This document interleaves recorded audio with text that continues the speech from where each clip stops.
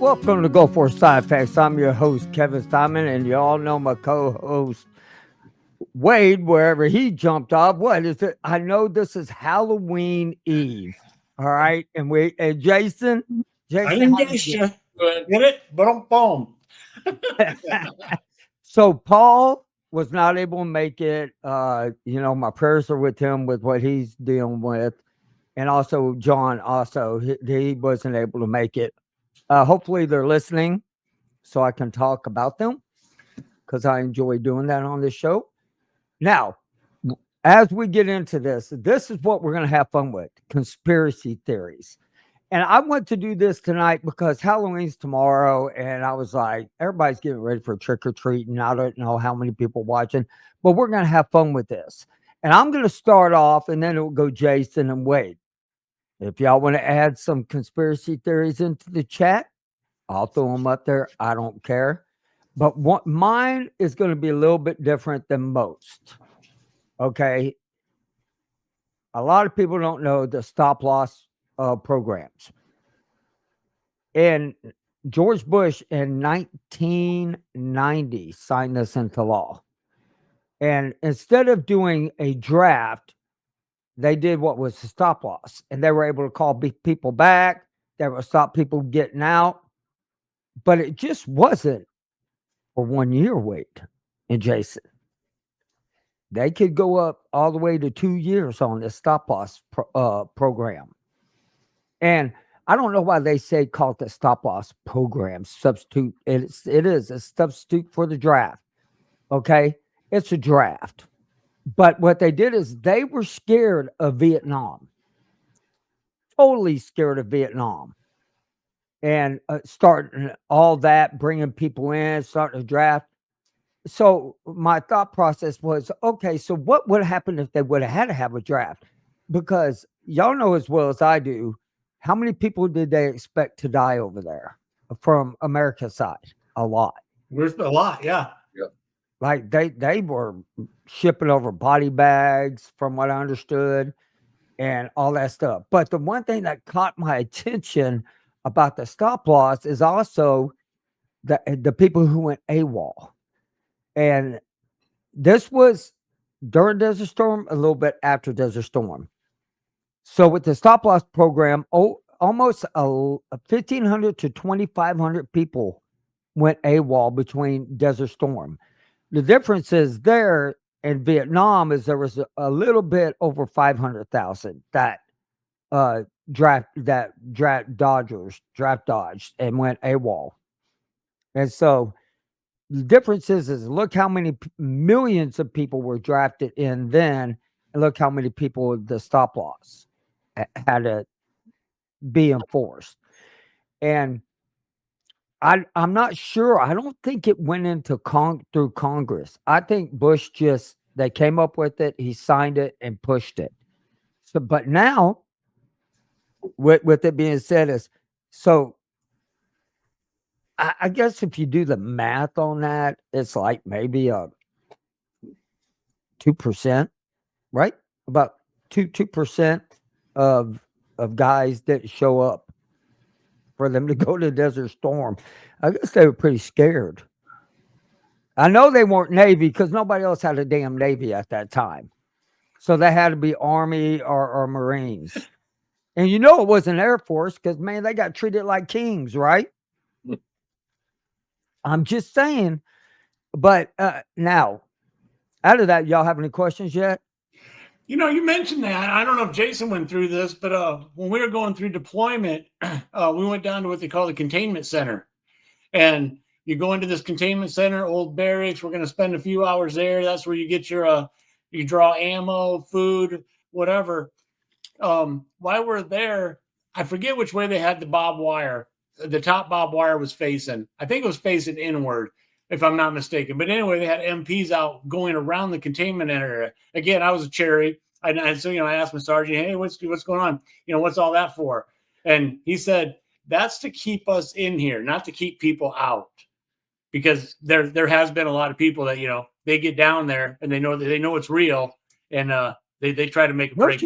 Really? Oh, yeah. Yeah. I think it's cool. Okay, so I was like, okay, so for the stop loss, why would people want to not get in? And some of them were family, job conflicts, and many reservists had civilian careers.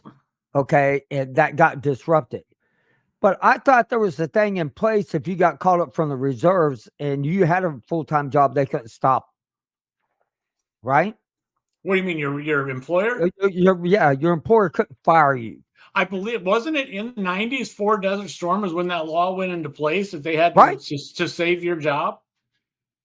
Right.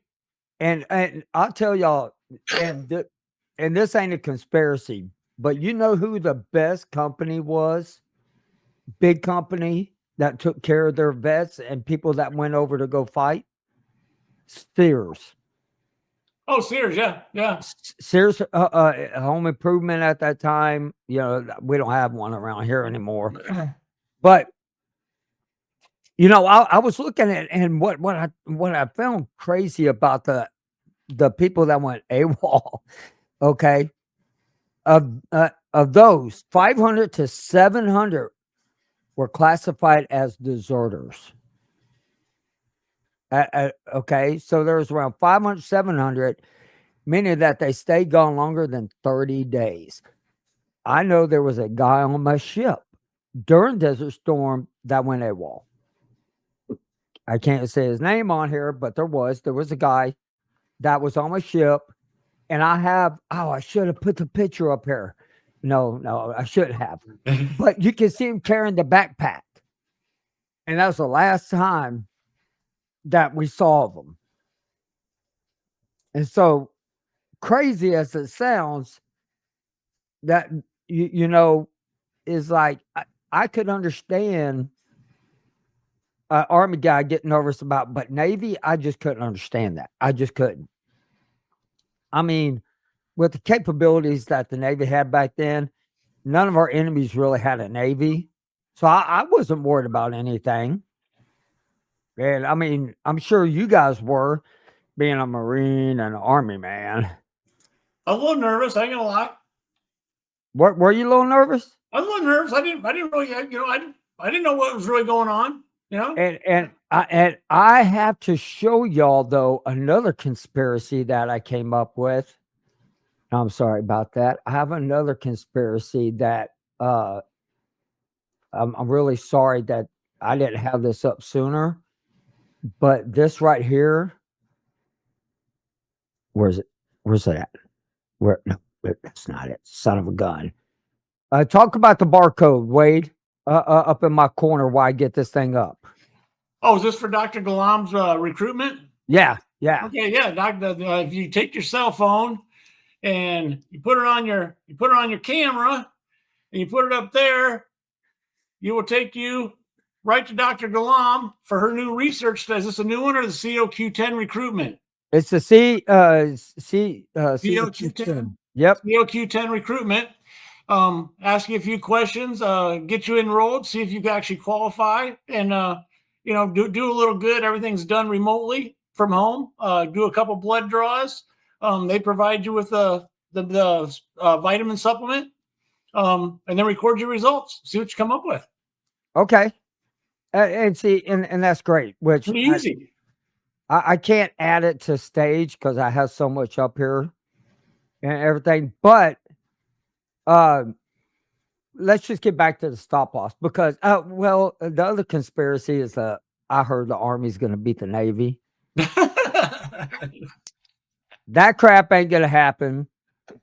Remember our bet. So December the 13th, after that day, that's next Thursday, y'all got to tune in because Wade and John are going to be wearing full drag, makeup, everything. And I gave them 10 points. So that right there is one of the best conspiracies ever made, that the Army is going to beat the Navy. If I can, y'all going to lose, man. Y'all going to. All right, Jason, let's get into your conspiracy there, buddy. Well, so as I was going down this rabbit trail, which led to another rabbit trail, which led to another rabbit trail, I Wait, came across. should I be doing no no no no no no no no no go ahead. Go ahead. No, when we all got back and everything, and some of us started getting sick and wondering what's happening and whatnot. Uh, there was a captain, a lady by the name of Joyce Riley that I can't remember how I came upon her, but I think she had a radio talk show or something along those lines. And Late night radio show yeah, okay. on AM. Oh, we are getting old.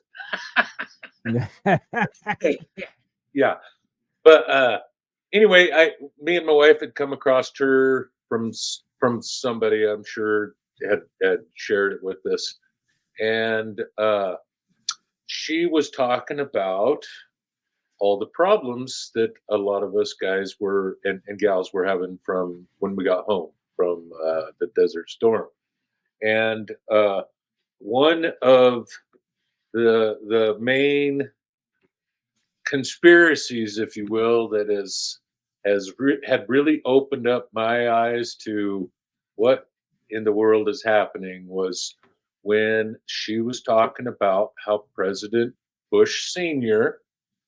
and his wife, the First Lady, and their family dog all got sick when he came home.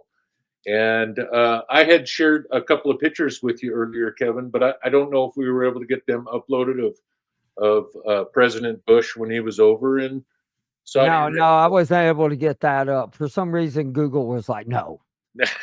Well, that's all good. They were taken from my camera, the camera that I had over there. I did not take them. I sent them with one of the guys that was able to go and see the president when he was over there. He took pictures with my camera and whatnot. So that was pretty cool. I still have them in my photo albums and stuff. Uh, but hearing that he got sick, I'm like, "Ooh."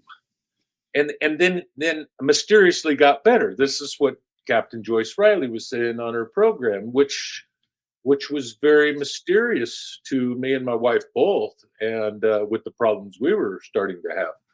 Well, while I'm doing some research, because the internet today we didn't really have back then when we were going through all this. I mean, it was just barely starting up. If anything, we had some dial-up internet. Very none of us really. Man, that was the crappiest It, yeah, yeah, internet ever. sure, for sure. But so I believe that we were given newspaper articles and magazines and cassette tapes of the show, which I think you were given some too, Wade, and that we had talked about. But I had learned about this. I believe he was in the National Guard, and he was in Iowa's National Guard with. I don't know the Army so well, but 1133rd Transportation Company out of Iowa, North Iowa. Anyway, he was attached to them, and he was sent over to Desert Storm same time we were and everything. Well, when he got back, he had gotten sick and everything, and I should use the word he had gotten ill instead of sick. Sick could be a number of things like the flu or whatever, but he had gotten ill with mysterious illnesses that no one could understand, and he was being seen by his name is Scott Seifkin. Okay, if I'm pronouncing that correct. And this just kind of blew my mind when I was doing this research. I do not remember hearing about him back in the '90s. I don't remember Joyce Riley talking about him or anything, even though you can watch him in the old videos that she had done, and she does talk about him. Well, he had came home and he was having issues with different illnesses, and he was being seen by doctors, and I don't know if it was the VA doctors or just doctors outside of the VA or whatever. But he was having issues with his skin, and he was having sores in his mouth and skin rashes and having problems with that. And apparently, they were bad enough that uh, the doctors then, when he got it, uh, put into the hospital, he got administered into the hospital in 94, I believe it was. Uh, he had gone into the hospital, and that's where he stayed. The doctors had decided it would be best to do a skin transplant. Never heard of such a thing. What the He was hell? A skin transplant? Yes, he was having so many skin problems that no medication would take care of. Everything they tried was to fail.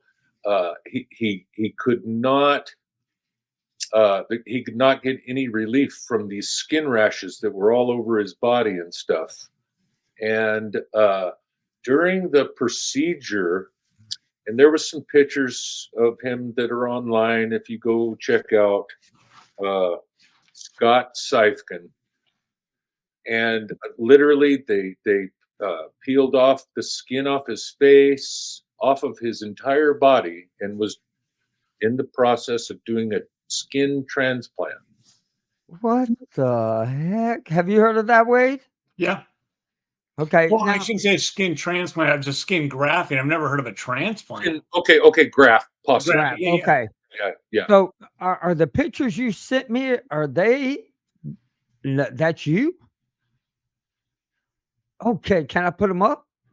Well, yeah. So I started having skin problems when we came home as well, right? And uh,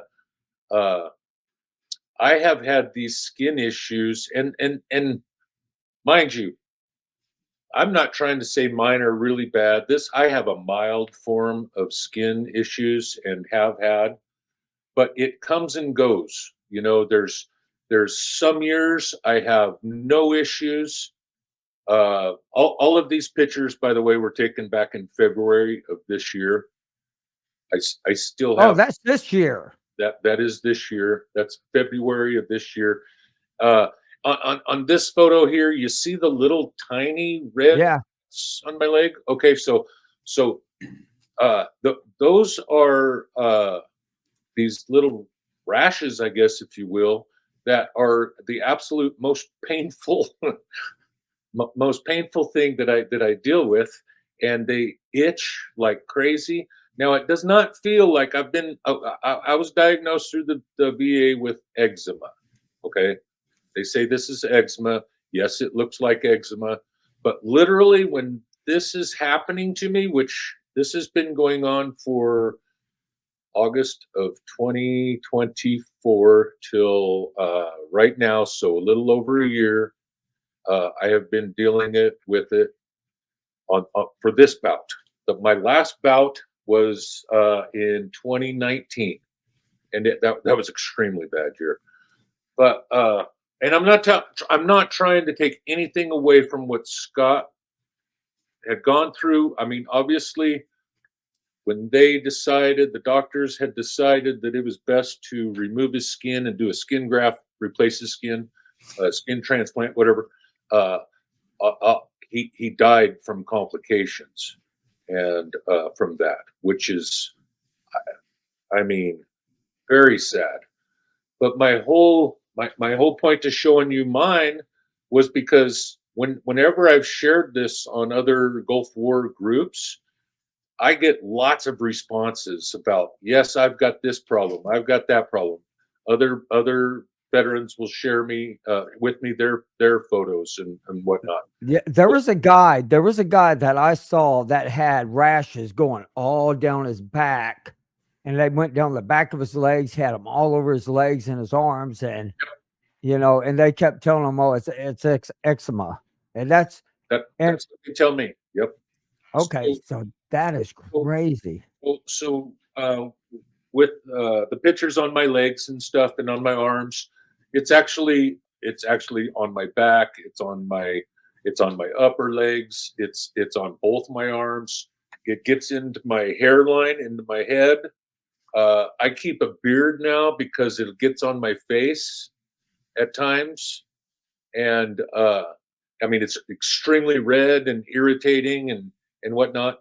But the VA has had me on almost every kind of medicine you can think of, right? To try to help me with this. They finally sent me to a dermatologist who had told me she had told me she thought it was allergies, uh, without realizing that I have an extreme weakness, if you will, to medications, and I ended up, yeah, see, same here for years. Yes, uh, anyway, I got on that medication. Didn't do a damn thing, but make me it messed with my blood pressure. Almost passed out several times. You know, I mean, it was a bad deal. Took me a while to overcome that one. But the skin problem I've had since I got home. I Granted, I am not service connected. The VA has never connected this to Desert Storm or anything. I didn't push the issue. I didn't realize I needed to. Uh, But like I say, and it comes and goes. Some years I'm fine. Other years it's just extremely bad. The last the last year and a half, I have tried every medication they've given me. Nothing will take care of it. Yeah, Nothing takes care of it. I started putting castor oil on it, so some good old engine oil, try that. And literally, I mean, I've been desperate. I always heard baby oil. Somebody was like, if you mix baby oil and vinegar, it does help. And Does try it get that a crust over? with the baby oil I don't and know, vinegar. does it get crusty by itself? Oh, you're asking Jason. You mean the baby oil or what? No, your spots. The spots that do the spots get crusty at all? Uh, if I scratch them enough and cause them to bleed, then yeah, I suppose that you could call them that. Yeah, yeah. Uh, Just a suggestion. One thing that I mean, I know you're out in BFE, but I would Yeah. I would honestly try a tanning bed. well, okay. So we have looked into that. Me and my wife went to Arizona back in February. I took them pictures before we left that you just shared a little bit ago. We took them pictures. The one on my arm, we got to Arizona. I was taking her to a Dodgers, the spring training, and they were playing a game with the Seattle Mariners, and it was February, and it was like 90 degrees there. And so t-shirt weather. We're sitting in the sun.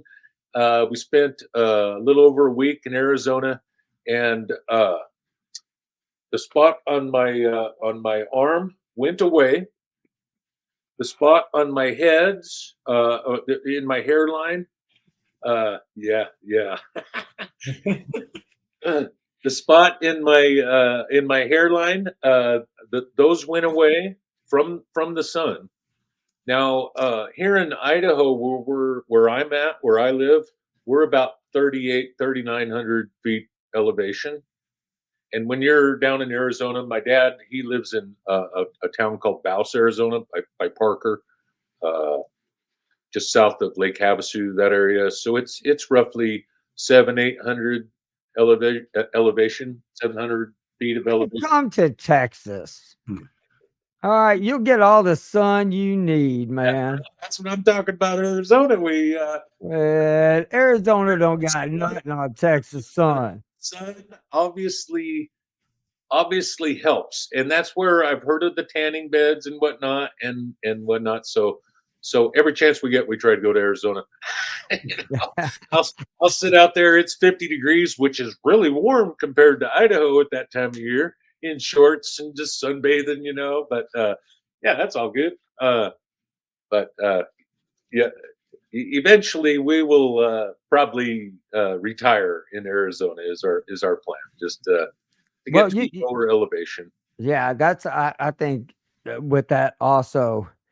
Now, I know Wade is kind of really about to give us something that is just absolutely crazy.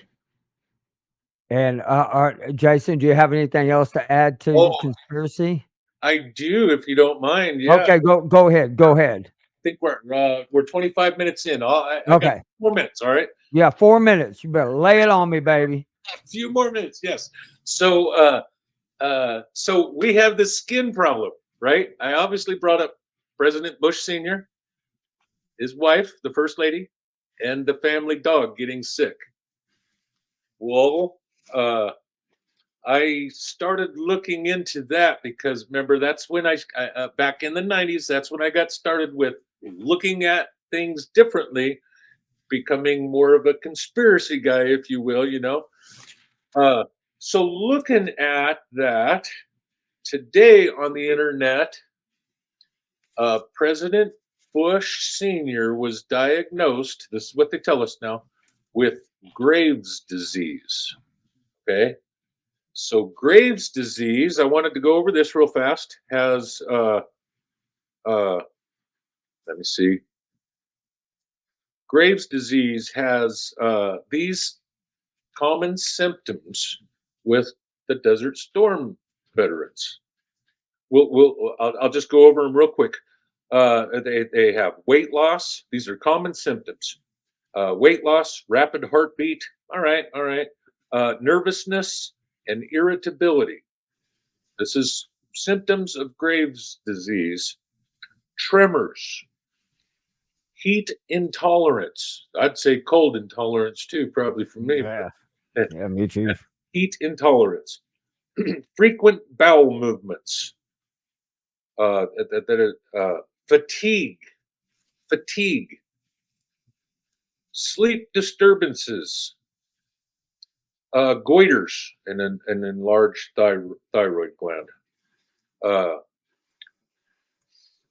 Uh, let's see, eye-related symptoms: bulging eyes, irritated eyes, double vision, pressure in the eyes.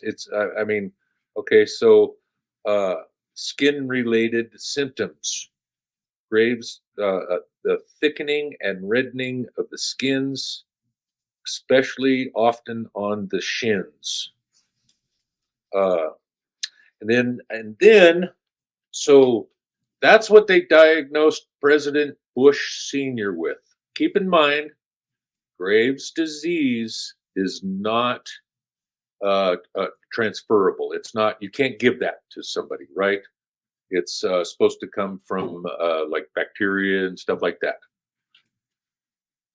You look in 1989, 2 years prior, our first lady, Mrs. Bush, was diagnosed with Graves' disease. This is what they say. This comes out now, later, after that, with Graves' disease, all the same symptoms. Then you look at their family pet, the dog. The dog, okay? Dog. The dog. The dog. I like the way he says that. Just telling you, dog. The damn dog. Damn dog of all things is diagnosed with, If you say Graves' disease, I'm gonna freak out. I'm close, Oh, lupus. lupus. Lupus. The dog was diagnosed with lupus. This is the same time frame. The symptoms of lupus, okay, not just in dogs, but this is also in humans.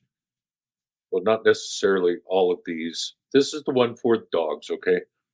Lethargy, loss of appetite, swollen lymph nodes. These are the symptoms, the effects. A fever, muscle pain, skin lesions, redness uh, of the skin, you know, they have skin problems, a lot of skin problems. Joint pain and lameness, meaning they don't get around very well no more. Enlarged liver or spleen, neurological issues. So, with that, each of the diagnosis that they were given that said when he got home from being over in the Gulf War after coming and visiting us, they have diagnosed him with Graves' disease, his wife with Graves' disease, and the pet with lupus, all of which are still symptoms that are related to all of the Desert Storm illness patients, if you will, the 250,000 of us or 300,000 of us that got ill from being over there. Oh yeah, yeah. I mean, It's mind blowing. So, what is the conspiracy? Why would I say that's a conspiracy? I mean, if you think about it, it's like it's almost covered up that, well, he got better. Well, she got better. The dog got better. How did they get better? Where's the shot for me? You know what I mean? yeah, that's a good point. I mean, that's exactly what I thought of back in the 90s was, gosh, somebody's covering something up. What did he get exposed to? I mean, so the whole point of tonight was number one, I wanted to pay uh, my condolences to Scott's family and him dying and being over there. He was 37 years old. That had to have been a horrible death. I can understand some skin problems. I have mild problems. I'm not saying I'm any worse than anyone. I'm just saying this. Right. You're just pointing out the We have fact. some of this. Mine's pretty mild. Back in 2019, it was terrible. It was completely all over my legs. I had probably a couple hundred of those spots, them big red spots, all over my legs, my back. It was crazy. And it took months to go away. But I don't wish that upon anybody. That had to have been just something terrible. But that's pretty cool if you think about it. I didn't expect the ending when he said, "How did they get better?" I was like, "Well, son of a bitch, well, son of a gun." The other day. And this yours kind of falls in a little bit with what Wade's about to do. A And little bit. Wade's, yeah, it kind of gets a little spooky. Wade's is a little bit more spookier than ours. So I'm just take it away. Go ahead, Wade. Jason, if I forget about the dog at the end, remind me about the dog. And as we go through this, I want everybody to keep in the back of their mind about the pandemic that we just went through, the worst pandemic in history, in world history. So in 19, and some of you may have already heard some of this, some of you might have heard part of it, some of them, and hopefully it's new to a lot of people. In 1994, a researcher named Dr. Garth Nicholson, someone that we've had on the program before, his daughter, who served in Desert Storm with the 101st Airborne, was sick. Him and his wife were both molecular medicine researchers down at Baylor University in Texas, cancer researchers as well. They started doing their own research and on their daughter, and they ended up finding some abnormalities in her blood. After developing and doing PCR testing, they narrowed it down to a specific mycoplasma infection. It was a mycoplasma fermentans. This one, mycoplasma, happens naturally in nature. Have we heard that before? It happens naturally. This one, however, was man-made, and they proved that it was man-made. Yeah. Also, with this one, it was very unusual because in the genes, it had the HIV-1 envelope gene that piggybacked with the mycoplasma. I don't expect anybody to raise their hands. A lot of Desert Storm veterans tested positive for HIV when they came home. You go through your annual testing, have your annual blood draws testing. I turned up positive for HIV one time. I get tested every year. I've never tested positive for HIV since. In 1990, and we're talking back in the days of, like Jason said, pre-internet, heavy internet, fax machine. I was reading about this stuff. I started getting more and more into it in the 95, 96 timeframe. I came across Nicholson. I joined his study. He tested my blood, and that is my positive test result that I still have from 97. I did another one in 99. At the time, Jason asked, how did they get better? Their recommendation at the time was a 6-week treatment of doxycycline or a 3-week treatment of Cipro. Now, but do you have to get that from a medical doctor? He's a research doctor. Try to take this, and I did. I took it down to infectious disease at the VA with my lab results, with his research papers, and tried to explain the situation. I was literally thrown out of the infectious disease department and told to leave the VA. So that was kind of the response that I got out of that.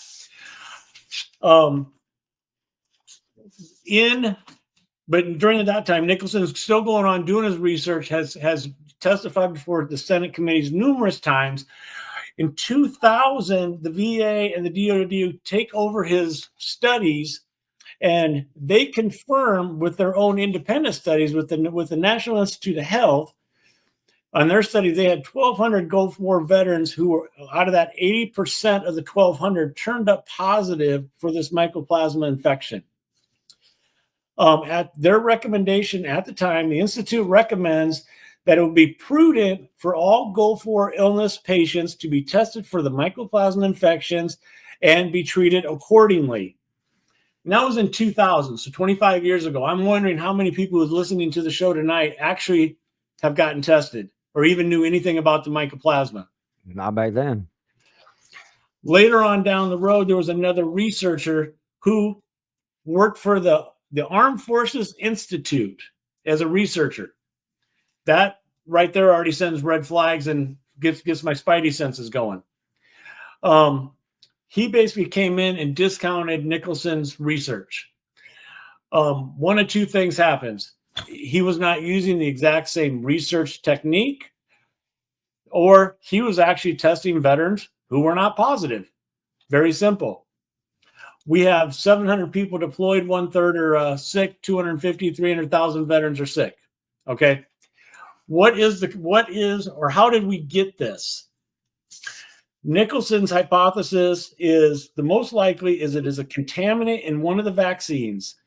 And then he goes on to talk about how that actually happened, because all of our vaccines that we got were all stringently bottled and inspected by FDA.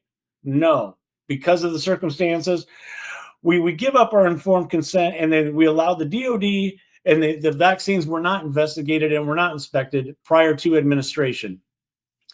He also went on, and this is something, hopefully we'll have Nicholson on again to explain it more, that this HIV-1 was something that they actually put into the vaccine as an experiment to piggyback as more of a protection or to see if it actually worked. If it worked, I don't know what worked against what. I have no idea.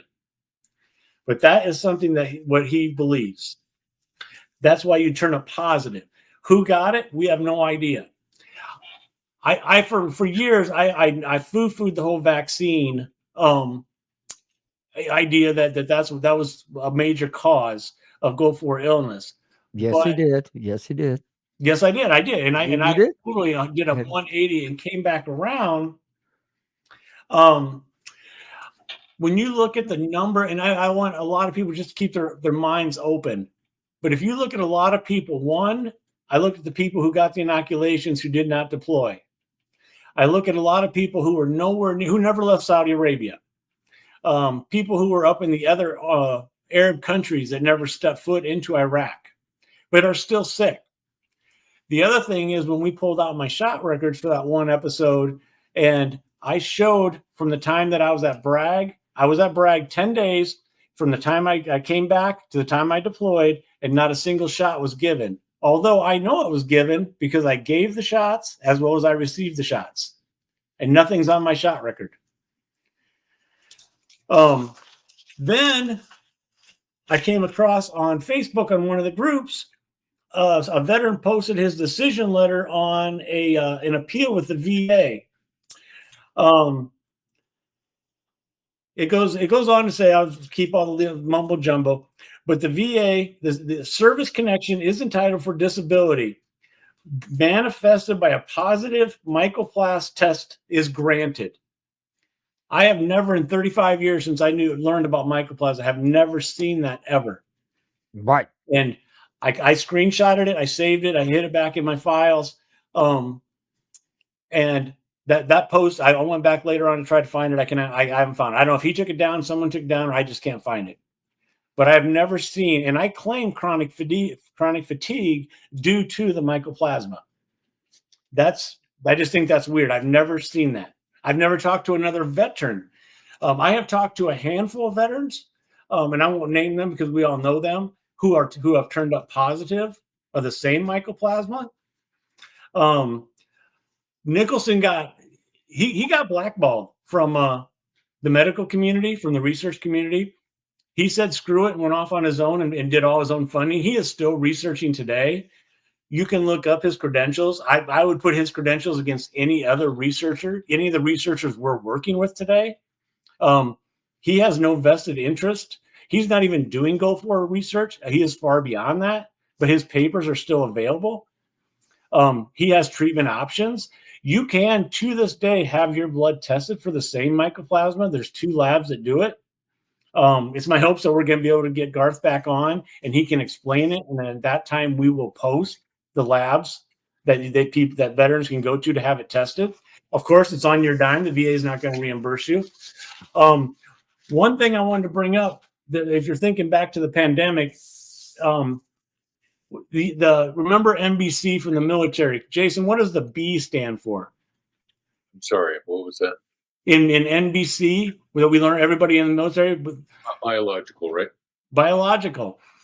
So I would argue that COVID was a biological agent. It spread from one person to another person, like a domino effect. In Nicholson's earlier papers, that is basically the exact same thing that happened with the mycoplasma, that it did spread to family members. Not only did it spread to other family members, it also spread to pets in their home. And that is actually in a published paper. We are talking about a lot of veterans who have children that have deformities, health issues, et cetera, et cetera. In my opinion, that is the only thing that would explain why, when you're spreading it to your spouse or having kids, that would actually cause birth defects. I honestly have not seen anything else that would explain. Yes, I understand. I completely understand about mitochondrial dysfunction and DNA splitting. I understand all that. But this makes a hell of a lot more sense to me than anything else. But nobody's talking about it today. But why is that? What's that? Well, we're going to get to why not, Kevin. We're going to get to the why. So I wanted to bring up somebody's name. I mean, you can't point fingers, and I'm not accusing or pointing fingers, but I do want to bring up a name. And some people might remember her name, kind of like Joyce Riley. When Jason mentioned it, it went ding, ding, ding. But there was a researcher by the name of Deborah Birx. And some people out there might remember her. But she actually served in the military, put in a full service. But from 1986 to 1989, Birx worked for the National Institute of Health. She also worked for the Department of Retroviral Research. She was the lab director for HIV-1 vaccine development. One thing that some people say is, we have the infection. Now we have to make the vaccine for it, if that makes sense. It was kind of ironic that we have the world's worst pandemic, and then all of a sudden, less than a year later, we had 3 different vaccines. That was kind of crazy. Yeah, I agree. We have the vaccine, or we have the illness itself. Now we have to research and make a vaccine for it. I thought that was very ironic.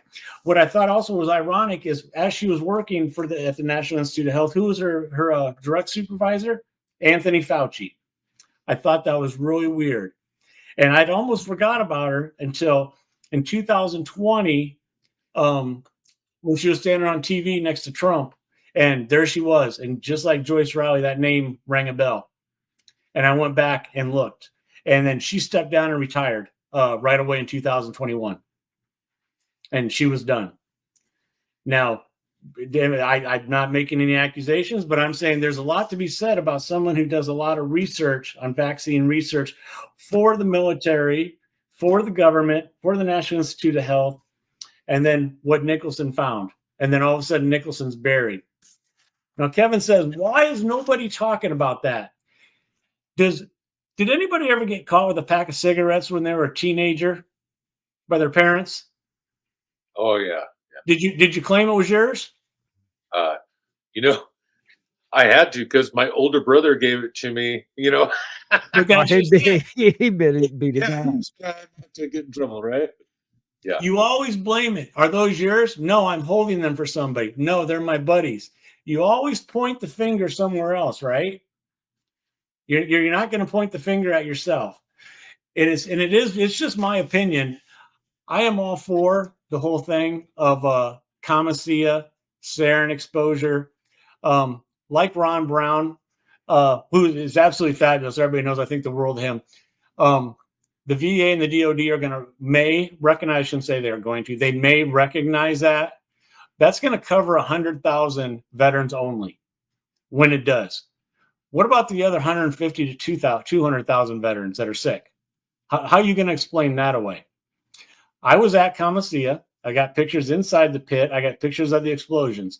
There is not one verifiable death due to nerve agent at Commacea. I have always thought that is very, very weird. You're going to tell me we blew up all that nerve agent and not one person died. There's not one death due to smoke inhalation from the oil well fires. Is it bad? Absolutely, it's bad. But nobody died? It's not bad enough to kill anybody. The nerve agent wasn't strong enough to kill anybody. PB tabs. I didn't take any. So I'm going to go ahead and eliminate those right off my list. Smoke fires, I was only in smoke for 24 hours or less. And when you go back to the common denominator, just looking at the three of us right here, we got Navy, we got Marines, we got Army. We did not have the same exposures, but we all have illnesses. And I just go back and nobody is looking at the vaccines, nor will they. A red herring. They want you to look one way and concentrate on this over here, while this over here is just buried. And nobody, every researcher I've dealt with in the last 4 years, I've asked them to bring it back up. I've talked to them about it. Nobody will touch it. Wow.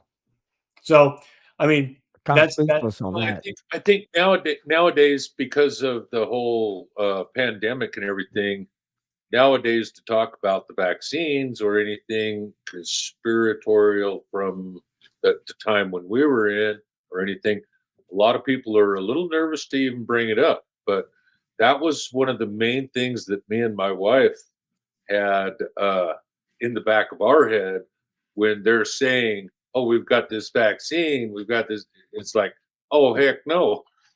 That's not even, it wasn't even an option for us, because of what we've been dealing with. Right. And I want to bring this up. This is why we do not have children. I agree with that. But I want to say this. Before Desert Storm, when we were all in school, I wanted everybody to think about this just for a little bit. Just hear me out.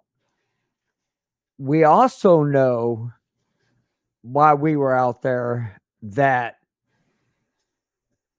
we did not have our children did not have the issues. We didn't have, different cases of, of Down syndrome or autism or all things. But it seemed like it progressed after we got back. And so you could almost say, okay, I just feel like we were the guinea pigs for that, for everything. It was our generation when we started having kids and we came back, it seemed like our kids started having the issues. And could that be a mixture of what happened during Vietnam with what they got sprayed with? I have no idea. Or could it be from Desert Storm? I have no idea. Could it be in the food? I have no idea. But things have to change. And believe it or not, conspiracy theories, 50% are correct. They have some truth to them. They have truth to them. And I mean, I do think that this is my opinion. I would like to talk to the people that developed the vaccines. I would like to know what happened to the shot records. I'm telling y'all, in my shot record, it says something about HIV. And I was just like, why is this in my shot record? I got to bring it out and I'll post it up here. I'm telling you, it's just craziest thing.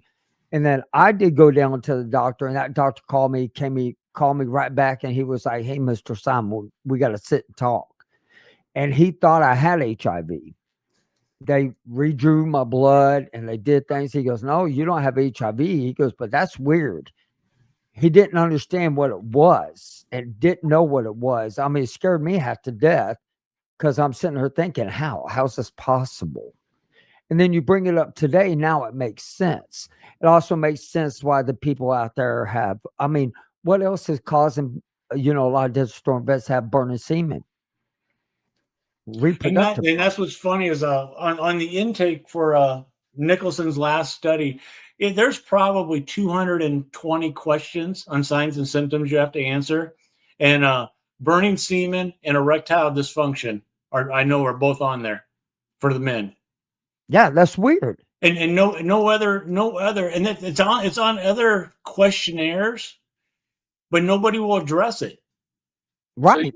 So you guys know, I think that I had told you guys that I had testicular cancer. Right. That's service connected. Right. I mean, they say, I'm not even sure how they said that it was service connected. I don't remember answering because it's a cancer of a reproductive organ.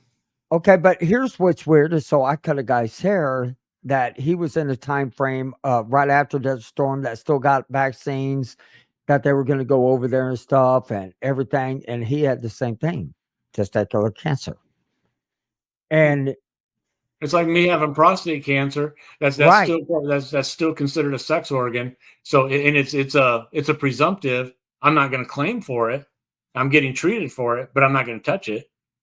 And tell them why. Because at 100%, I don't want to make any more claims. I don't want to open up Pandora's box. I don't want to risk them looking at any of my past claims. You are so lucky. I am receiving great treatment. I am not married. So that available. Helps. I have nobody to inherit my entire fortune or inherit all my benefits.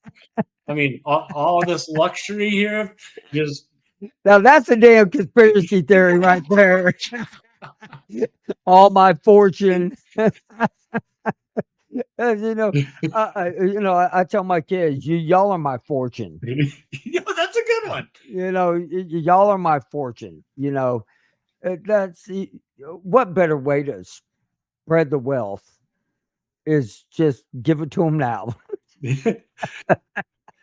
Yeah, Wade knows all about that. I don't care anybody else. Yeah, just give it to them now.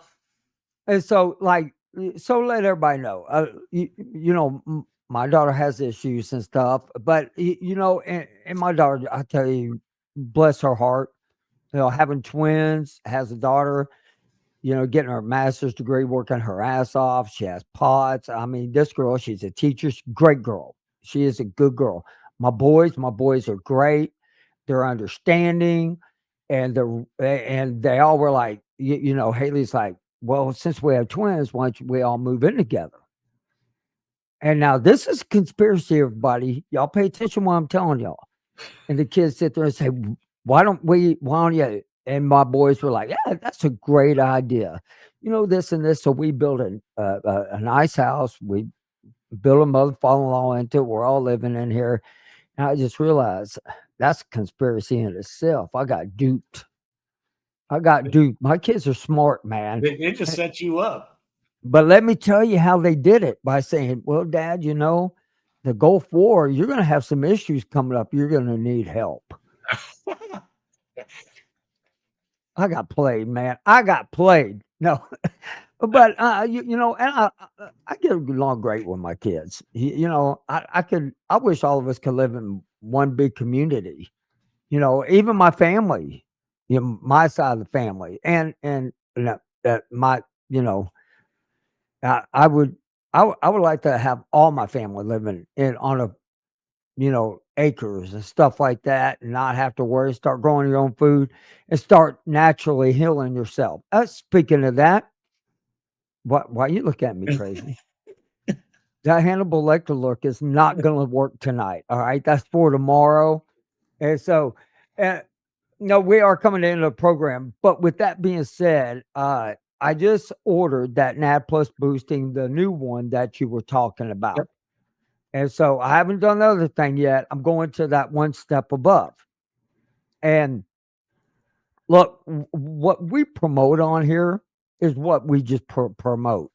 The stuff that we take, the stuff that we do. I mean, I'm a believer in holistic medicine. I'm a believer if you have mental issues because VA messes up your mind, not your money, your mind, get you some gummy bears, because that's exactly what saved my life from the VA. And I was a wreck, man. I was a wreck. I thought that was conspiracy in itself right there. And y'all can go back and listen. That episode's up on YouTube, everything. But do y'all have anything else to add to your No, I was just conspiracies gonna say, now that I'm not going to be able to sleep at night? if anyone's interested in finding out any more about the whole mycoplasma thing, I have copies, or I have access to the lab, lab sheet information. Someone can reach out to me, whatever. There are other treatments available. I'm more than willing to share, talk to, anybody that wants to listen. Wade knows a lot about this. He's our research guy. This is who I go to when I'm like, hey man, I can ask you about questions. But this was one thing that was brought up to me in the email. We do not show this enough. The crisis hotline. It's 988, press 1, text 838-255. And I think that's important. They saved my life. And this isn't just for vets. And I just realized that not long ago, it's not for vets, because I heard it on the radio and I'm like, wait a second, that's not just for vets. Anybody can dial this number if you're having a problem. And look, and these people, no conspiracy to these people at all. They're there to help you. Now, the other conspiracy that I have up here, though, is my email address. Contact me at kevinsimon@go4sideeffects.com. And you can ask questions. Come tell your story. The next couple of weeks, we do have a lineup and everything. But on the 13th, we are bringing back Colonel Frank Hancock. We're bringing him back with some guys who are going to be joining him from his platoon. Is it a platoon? Is that what y'all call that? Battalion commander. So from his unit. Okay, unit. Jason, y'all call it platoons, right? Man, y'all confused the hell out of me, man. And go check out our Patreon, man. It's patreon.com/go4side effects. That's where we're about to go into the after show. That's when we'll tell more crazy stuff. And Wade, you forgot one thing before we go. The dog. No, that's what I was saying. In Nicholson's research, he actually shows as far as dogs turning up positive for that same mycoplasma inside a family, in a family unit. Okay. See, I'm glad I brought that up, because y'all two forgot about it. I did not. I just want that to be known for the very end of the show. All right. Well, we're now going to go into the after show. Thank y'all for listening. Hey, it was a great night. We had a lot of people watching tonight, and hopefully y'all learned something. If y'all got questions and everything, have no idea what the heck that was. I think it came from Wade. And so y'all have a great night. We will we'll see y'all next week.